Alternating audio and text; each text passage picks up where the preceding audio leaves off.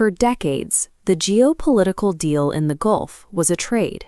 Regional states purchased American weaponry in exchange for an impenetrable, high-tech security shield. That shield failed at Prince Sultan Air Base. An Iranian missile strike successfully targeted the E-3 Sentry AWACS, the airborne command and control hub that manages intelligence and surveillance for the entire U.S. fleet in the Middle East.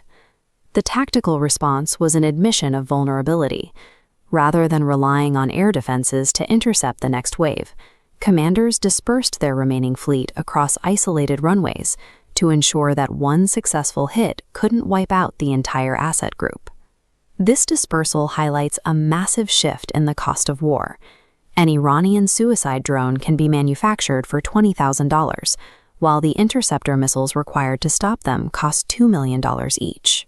In the Red Sea alone, the U.S. military spent over $1 billion just to neutralize a few $1,000s worth of locally made munitions. When the most expensive defense systems on the planet are economically outmaneuvered and physically unable to protect the command centers they were built to serve, the regional security umbrella has ceased to be a guarantee. This satellite image shows the Arak heavy water complex. This facility is critical for cooling nuclear reactors, but it also produces the plutonium required for weapons manufacturing. Recently, Allied strikes have hit this site and the Bushehr plant multiple times. Iran's response targeted the environmental systems of its adversaries.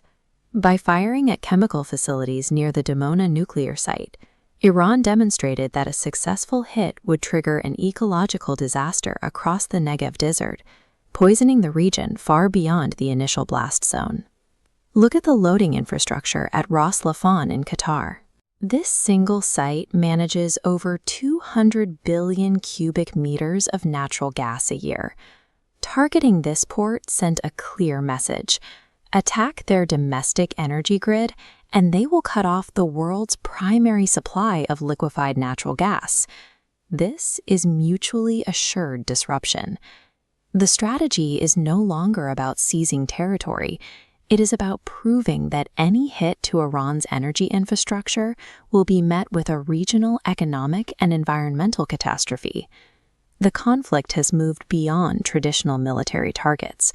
The participants are now weaponizing the physical networks that keep the lights on and the water running for millions of people. This map shows the Bab el-Mandeb Strait. It is a narrow bottleneck controlled by Yemen that serves as the gateway to the Suez Canal. Iran opened a new frontier, using the Houthi movement to shut down the world's most vital shipping lane. The impact was immediate. Suez traffic dropped 40% as shipping companies detoured vessels around the southern tip of Africa. These charts show the cost. Shipping rates to the U.S. spiked 43%. And insurance companies began charging expensive war risk premiums. Despite a $1 billion naval mission to secure the waterway, the United States coalition failed to restore commercial confidence. Shipping companies have decided it is cheaper to lose 10 days at sea than to lose a vessel to a $20,000 drone. Global trade has effectively retreated to 19th century roots. Inside Iran, the regime is under extreme pressure. Domestic power outages are frequent, and industrial production has been slashed by 90% in sectors like steel manufacturing. In response, the leadership has tied its political survival to its ability to disrupt the global energy market. This has led to U.S. threats of a ground invasion to occupy Karg Island, a hub that handles up to 3 million barrels of oil a day, and secure Iranian uranium deposits by force. Operation Eagle Claw in 1980 saw an elite U.S. rescue force decimated by mechanical failure and desert storms before they reached their targets in Tehran. But the precedent for attacking a superior force's fleet on the ground is severe.